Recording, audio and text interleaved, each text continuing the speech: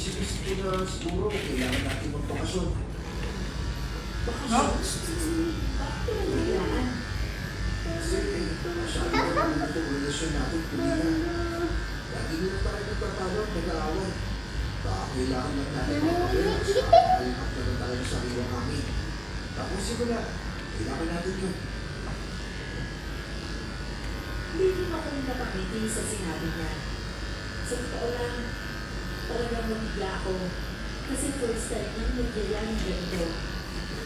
Naniwala ako na gusto niya na ma-restart ulit yung pagsasama namin. Dahil palagi niya kang may katalo. Kaya tumamutang ako ang pumayag sa sinabi niya. Sige, maghahanda kami ni Marco. Yay! Magpapakasyon tayo! Panghali noon ang tunay na kami umalis ng bahay. Nagsimula na kami magbiyahe. Parehong mimiti sa mga labi namin ni Marco. Lalo na ako, dahil hindi ko talaga inakala na mag-iisipan ni Fidel ang ganitong bagay. Siyempre, kilala ko siya dahil asawa ko siya. Alam ko mas gusto niya lang manatili sa bahay sa tuwing may libre siyang oras. Hindi naman siya palagala na tao. Natutulog si Marco sa likod ng sasakyan at kami nang ni Fidel ang gising. Saan na pala tayo pupunta, Fidel? May anak ka na ba? Kung saan tayo mag-outing o bakasyon? Meron na. Maganda doon. Ikagat sa cottage kung saan pwede mo ang kilahin kahit anong araw. Parang magre-renta tayo ng cottage ng isang linggo. Sigurado ka ba dyan? Oo. Paano bayad? Ka lang. Di ba wala ka ng pera? Hindi ko naman ako kahit pa paano. Gusto ko lang talaga magbakasyon tayo para makapag-relax naman at magkaroon tayo ng bagong simula. Kaya naisipan ko na gamitin. Para di naman rin sa ikabubuti natin. Noong mga sandaling yun, hindi ko alam na ipon pala siya. Noon ko lang din talaga nalaman ang tungkol doon.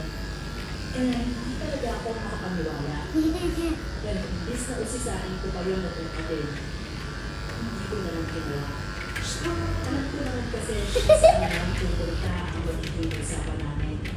Kapag pera na naman ang topic. Pero kung mag-away pa kami, maya-maya pa ay napatingin ako sa kamay ko. Dami. Ko lang hawakan. Ha? Dami kong mga... Dami siya sa akin nakatingin. Nalilihan na sa kalsada ng energy niya. Pero hawak-hawak niya ang kamay ko. Gusto ko sana hindi na tawag sila. Oo. Alam ko marami ako na Baka! Marami din naman akong pagkukulang ng tuloy. Kaya sorry na. Pasensya ka na.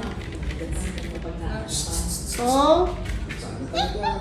Sa bakasyon natin. Maayos ang lahat. Sana tayo magpapaliman. Sana ito din bagong simula natin. Sana nga, no? Oo. Sa akin, Yan lang. Malalaglag to.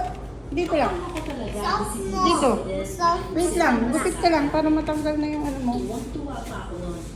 At wala Yan lang. naman akong naramdaman. Ma'am, doon na lang po. Okay. Okay. Masikot po siya.